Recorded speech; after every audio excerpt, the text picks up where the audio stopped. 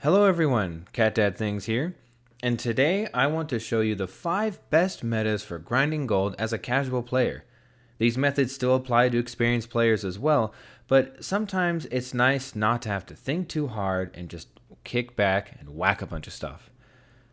There are better ways to make gold than these, but in my opinion, these are the 5 best ones because they are not too complex, they're replayable, and they can be very enjoyable as well. You can watch TV, you can watch Netflix, do whatever you want, and still do these metas. They will facilitate all of your mob slaying needs while filling up your bank with shiny, sweet gold. Also, while we go through each meta, I'll have some tips and things not to miss or forget as you do them in order to enhance the time that you're in there. Let's begin. First off, it's the Silverwastes, one of the classic metas in this game that's been around forever. It is always reliable. Very simple and straightforward to do. You have 4 strategic points to defend on the map, and once enough supplies and events have elapsed, you see this bar on the right that fills up all the way, a boss phase will begin. There are 5 bosses to defeat. Once everyone churns through them, the main boss phase will begin with 3 lanes. You have a south, a mid, and a north lane. You have more bosses there. And after you kill all 3 of those bosses, the meta is complete. It's done. Now it's time for loot. As you progress through this phase, you will obtain a 5-stack buff that increases your magic find. Every time you complete an event, you get a stack. But before you finish the whole thing, you'll get your stacks easy enough. After the final phase of the meta is complete, you will gain an additional buff to your magic find, which will help you with opening the bandit chests. After everything is done and completed, a train will form for unlocking these chests. Do your best to keep up with the train and follow along and open the chests as they go. Just to follow the train, you'll be fine. Get the loot until that phase is over, and then the meta just restarts all over again. This can be done an infinite amount of times. Tip number 1, developing a good rotation and cadence between all of the events going on can maximize the amount of bandit crests and loot that you get from event completion. Don't stay in any one single area for too long, stay mobile, find yourself a good solid rotation, keep moving, tagging mobs to get those events. Tip number 2, other than just the standard loot that you get from the events, you can actually use your bandit crests in order to keep your keys, which is what you need for the chests, well stocked so that you don't miss any chests when it's loot time. Also, you can buy sandy bags of gear at the vendor, and I did make a video about that and if it's even profitable right here. The next map that we're going to take a look at is the Auric Basin map. There is a really nice and loot-rich meta that's attached to it, but also a lot of events leading up to the meta. You can't just run in and do the meta, you have to prepare the map, and that's why this map becomes a really nice grindable spot. There's also a bauble farm connected to it, which used to be in a different map, but since then ANET has changed it, so now it's more interactive because people used to kind of just AFK. It was okay-ish gold, but now you get the baubles while doing the events here, which gets you more map currency, you get more karma, you get more items, you just get more stuff. So basically, it's part of the map. You can just go right to the meta too, of course, because if you look in the looking for group, people are always posting on that. I'll do probably a more in-depth guide on the map meta itself in a later time, like have a separate video dedicated to that because it is a lot of stuff involved. But at least here's a few tips for the map and the meta so you can get right into it. So if you're new, you have to get Heart of the Thorns expansion pack in order to get to this map.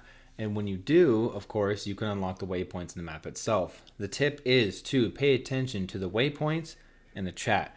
If you get a chance before you start engaging in these squads and doing these things, try and unlock as many of the waypoints as you can because these squads, they move very fast because they're trying to get in as many events as possible for this bauble farm.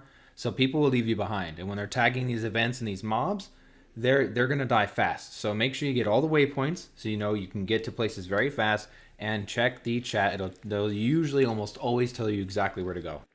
Now on to the meta portion of the map. So once the meta starts, there's the center of the map called Tarir, something like that. And there are 4 gates, north, east, south, and west. And depending on what gate you're at, the mobs inside the Octavines, they will have different mechanics to them they have to do. It's nothing really complex. People have been doing this for years. So it's completely thought out. Like everyone knows what they're doing. Just join a squad and follow their lead. That's all you really have to do. Before you enter the gates, it's about 15 minutes when everyone's just kind of waiting around. Some people will drop food, banners, make sure you get your buffs. And usually there's nice people, and they'll tell the map chat. There's a little mini event where you can kill some mobs, get some extra loot. You can do that. There's some armors too when you go through the event, and they are key to each lane or each gate as you go through the meta. If you know what the armors are, just go ahead and whack stuff with everyone else, or take the time to learn them. There's that as well. But yeah, there's nothing really to it. I never ever see this thing fail unless it's a random pug map. If you go for the looking for group and the map is full, more than likely the map event will succeed. And of course, once it's done, this is one of the major reasons why people do this meta, because the rewards you get are insane. The amount of things that they just throw at you, especially for your daily amounts, they're just spewing out loot at you. There's just so much to get, so it's definitely a good one to do every single day. Plus, on top of that, of the many chests that you get even after doing the event, you get normal rewards just for completing it, but then you go through, of course, the inside of the place, Terrir, and you get all these chests. But you do need keys to open them. So here's the tip with that. If you need keys, go to your map, go to the center of the city, you'll see a waypoint, and in there you'll see an NPC. Maybe you run out of keys, maybe you don't have enough, but what you can do is talk to this NPC. You can buy more keys with the map currency, and there's some other items you can do as well. So make sure to check it out if you're running low on stuff. So now we're moving on to Dragonfall. You have to have the Path of Fire expansion pack and get all the way to the end of Living World Season 4, because it is the final dragon, the final person that you fight at the end of that storyline. Anyway, in this map meta, it's kind of like Auric Basin, where there's a ton of prep they have to do beforehand. There's tons of escort quests or events. I mean, honestly, it's just a lot of escorting again and again. You have all these different kinds of biomes, and what you're getting is you're getting these keys at the end of each event, or most of them, and that's kind of the goal. You're getting items, of course, too. You're getting karma, you're getting XP, you're getting all that good stuff. But really, you're after these keys for the preparation, so that when you do the meta, and then after the meta, you have the keys to unlock the chests that will spawn, and we'll get into that as well. So by the time you're done farming out the map, you got the event all set in order, you got as many keys as you can or as you so desired. You'll be sitting on a ledge usually. Make sure to squad up, be with your squad, just follow their lead if you don't know the event very well, and use, food, banners, those kinds of things. Make sure you up on those if they happen to be there. And when it comes time to start, basically everyone's going to get on their mounts. If you don't have a mount, you should have a glider at this point. Just glide on over, and you're going to find these like hotspots, I guess, or irritation nodes or whatever. They're weak points for the main event. You're going to have Laureen breathe some fire on them, or whatever it is that she does by having people there. Take them out, and you're going to go systematically through each node, a couple mini bosses in between. But once you finish all the nodes, the weak points, that's pretty much it. The event is then over, you get your rewards, and you'll be teleported to a new location. So with that being done, Krakator gets upset that you gave him owies on his weak spots, so then he hardens his shell again, and then it kind of boots you back to a place. You have all these chests just kind of chilling there. You're going to go through, you're going to open all of them, and then it opens up the next phase of the looting, which opens up mini bosses around the entire map. Now you have to travel to these mini bosses. So this is kind of breaking into, really, the only major tip I have for this is mounts. This map was made during the time that the sky scale came out. Like, this is how you get your sky scale, is through this map. So the map is very much designed to use the sky scale. So if you don't have it, I know it's a long and hard grind to do, although we do have some information with the new expansion coming out that they might streamline the process getting a sky scale. Regardless, if you don't have it yet, you might be able to get away with it with the Griffin. But if you do want to follow along with everyone, like in the Auric Basin map, people just speedrun this thing, and you will be left behind. So try and get a mount if you can. It'll make it easier for you. If not, just do your best to keep up. Next up is the Drizzlewood map. So there are two parts to this map. There is a south and a north, and they are technically separate metas. But because it's all one same map, I figured I'd just kind of cram it all together and just show you the overview of it and give maybe a tip or two about it. So the nice thing about this map is that there is a lot to do. Like, there's a ton of events to get done. There's a ton of loot to get. There's a ton of just things to do with this map, and it's a lot of fun too. A lot of people enjoy it. They like running it over and over and over again. So it's definitely one that you would like to get familiar with if you're looking at a more casual feel, because it's not complex. It just takes some time. And again, everyone's done it for a while, so most people know what they're doing. So just get into the squad, follow the lead of the squad leader. They'll call out where to go next, like defense areas they need to do, certain outlooks posts that they're going to take. Like, just make sure you follow along with what they're doing, and it'll be just fine. Mounts also, they do help with this. So if you can get your mounts, obviously. It'll make it faster. Follow up with the waypoints, get the waypoints. And what you're after a lot of the times is the cache keys. And cache keys are going to be opening chests, just like almost every other meta that we have. And they are very important to maximizing your loot gains within this map. This is part of the not the Living World season. We went to the Icebrood Saga. ANET went to Sagas for like one season with this. There's a whole whole debacle with it. So that information is another time, another video. We'll go over that. But basically how it's set up is it's kind of like World versus World. If you don't know, you have all these different zones that are all sectioned out in the map. You capture them, it progresses to the meta. You move your way north from the most southern point that you're at, and then you finally go to the meta spot when you actually have the big event. And honestly, I'm not sure which one actually gives more loot, if the north or south does. I feel like the south does, but I'm not entirely sure. So, but just do both if you're doing them. I mean, might as well, right? With the World v World being mentioned, one of the biggest ways you'll get loot is you'll get commendations from each of the factions of the char, and it kind of works like the same graph or the same like bars, I don't know what to call them, reward tracks, that's their name, with the World v World. So basically you fill a reward track, and with each section you get like higher tier rewards, and also they'll change differentiating depending on the faction that you're doing. Some of your mastery points are also tied behind it, so I would highly recommend looking at the vendor, getting used to what these tracks are, and just checking to see which ones will give you the most rewards. So to begin the meta for the south part of the map, you're going to be heading towards the Wolf's Crossing part of the map, which is kind of in the center. And basically it's just a big event with a lot of char that you fight. You're following this tank, you got to take down a tank, and then there's a sniper guy you got to take out.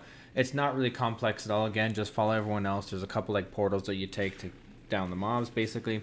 And once you're done, you're done. You can get to all the chests, but then after that begins the part where you use your cache keys, because now you're finding these keepers throughout the map, and just like the other maps that we mentioned so far, these go really fast. So it's good to get your waypoints. Again, please get your mounts if you can, because people go to these keepers and they down them as fast as they possibly can. Generally, others aren't. Maybe if you're with a guild or something, they might wait for you, but for the most part, people don't wait. So the sooner you can get to these mobs, the better your chance of getting loot, because sometimes they'll be gone before you get there if you don't have the proper mounts.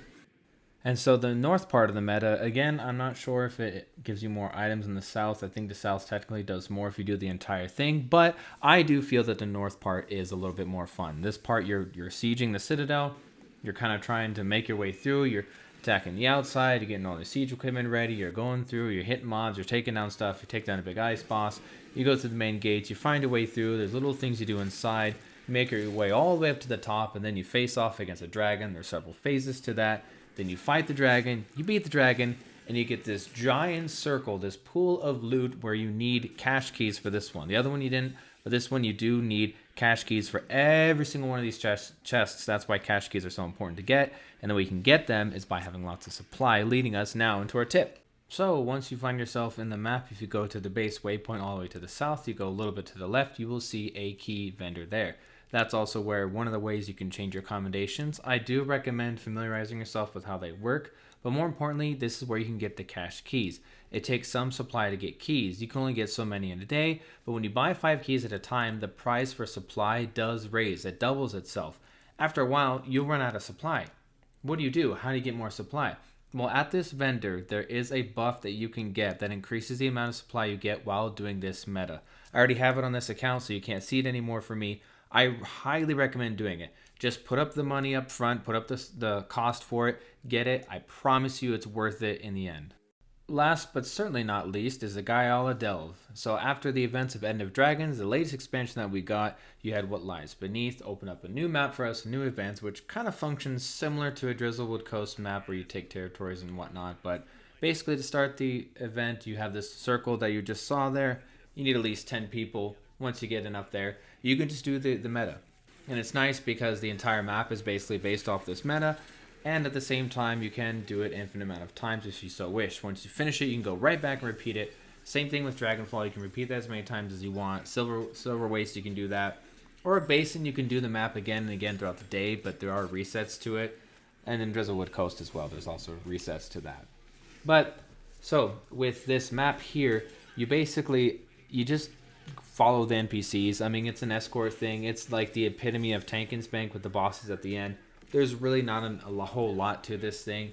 You do need siege turtles because there are certain parts in the meta where you have to use them. Everyone's got one now, so that's not really an issue. You do also need to use masks. There are some vendors throughout each section as you progress where you have to put on these like filters. They filtrate this debuff that gets put on you. If you don't have it, you take damage. Just get the filters. There's a free version anyway. But as far as the loot and things like that, there is a lot of loot to be obtained here. There's a lot of chests. And what you have to do, you have to get these special item drops that you get from going through the meta. If you find that you can't get enough of these, you can go to certain vendors and you trade in like these not really used gems or like accessory type things that you use for like jewel crafting and stuff like that. Or a jeweler, I can't remember the profession name, but basically they're useless. Once you get to level 80 and you're doing end-game stuff, they're useless to you. So what ANET did is they made it so that you can get more of them during this meta, and you can exchange them for, of course, the keys that you need to get to the chests. You can use other materials as well. That's up to you if you want to use them to get, but I promise you'll go through a lot of them while doing this.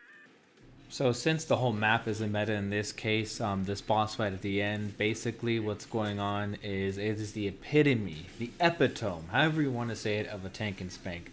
There's several phases, there's 3 islands, you just kind of smash your face on your keyboard repeatedly until the thing dies, and that's literally it. And then once everything dies, you get a bunch of loot, hooray, it's nice, but also there's an extended portion, just like most of the metas honestly.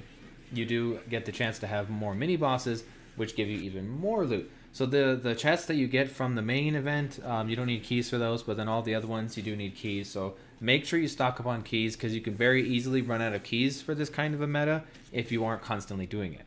And so immediately right after, you have the second part of the meta to this whole map opening up with the latest release of the story mode, and usually people just go right into it. You now have this other lane that opens up because you're fighting this Oni, this wanderer thing that you're trying to beat. Oh, it turns out you didn't actually beat it, and it shows you in the story mode if you do it. So this opens up. It's more just, you just follow the line basically. Everyone else is doing it. You just kind of follow them along. You don't have to think too hard. You're just tanking and spanking stuff. And even when you get to the boss, again, it's not really that complex. It's just another tank and spank. The fights aren't really intricate, especially with this meta. But like I said in the outset of the video, it's just a grind. So you can like put on Netflix, you can put on a TV show, whatever you want, and just mindlessly get loot from all this, which is actually quite nice. And tip number 7, right after the first part of the meta, there are some fishing spots that open up in that cavern where you can find some of the extra bosses. Don't forget to get them, because you can actually make quite a bit of gold off of doing this every single time. It's just extra money, so why not do it? I do believe the proper bait to use is shrimp. Please correct me in the comments if I'm wrong, but yeah, don't forget to get those. For the final tip, tip number 8, get your loot. So as you go through that final part, you get those first flurry of chests that you get from right after the meta, but you can actually go back down all the lanes. I mean, you'll see everyone going there, so you kind of just follow the leader at that point. But if you go back through everything that you just did, you have all of these chests throughout the entire thing all the way back to the beginning. And there are a ton of them. That's why getting these keys and making sure you keep a good count of them and properly trading just to get enough of them comes in handy, because there's a ton of chests to have and you can really score a lot of loot from this. But of course, depends on how many keys you have. So don't forget to grab your loot. So are these the most gold efficient metas? Probably not. Can't really say. But the point of it was that they're casual friendly. You can do them again and again on repeat, and there's enough of them to where you won't get burnt out too easily. They're super easy to do. You can watch TV, you can do work and like put up an Excel sheet. I don't know, whatever you want, but they're really easy and beginner friendly. So these are what I put together for everyone. I hope you enjoyed it. Tell me what you think in the comments below, or maybe if you have some extra tips, because I definitely didn't do deep dives on all these. There's a lot more information to them, but maybe you have some tips you want to share with everyone. Let us know in the comments. Thanks for watching, and I'll catch you on the next one. Later.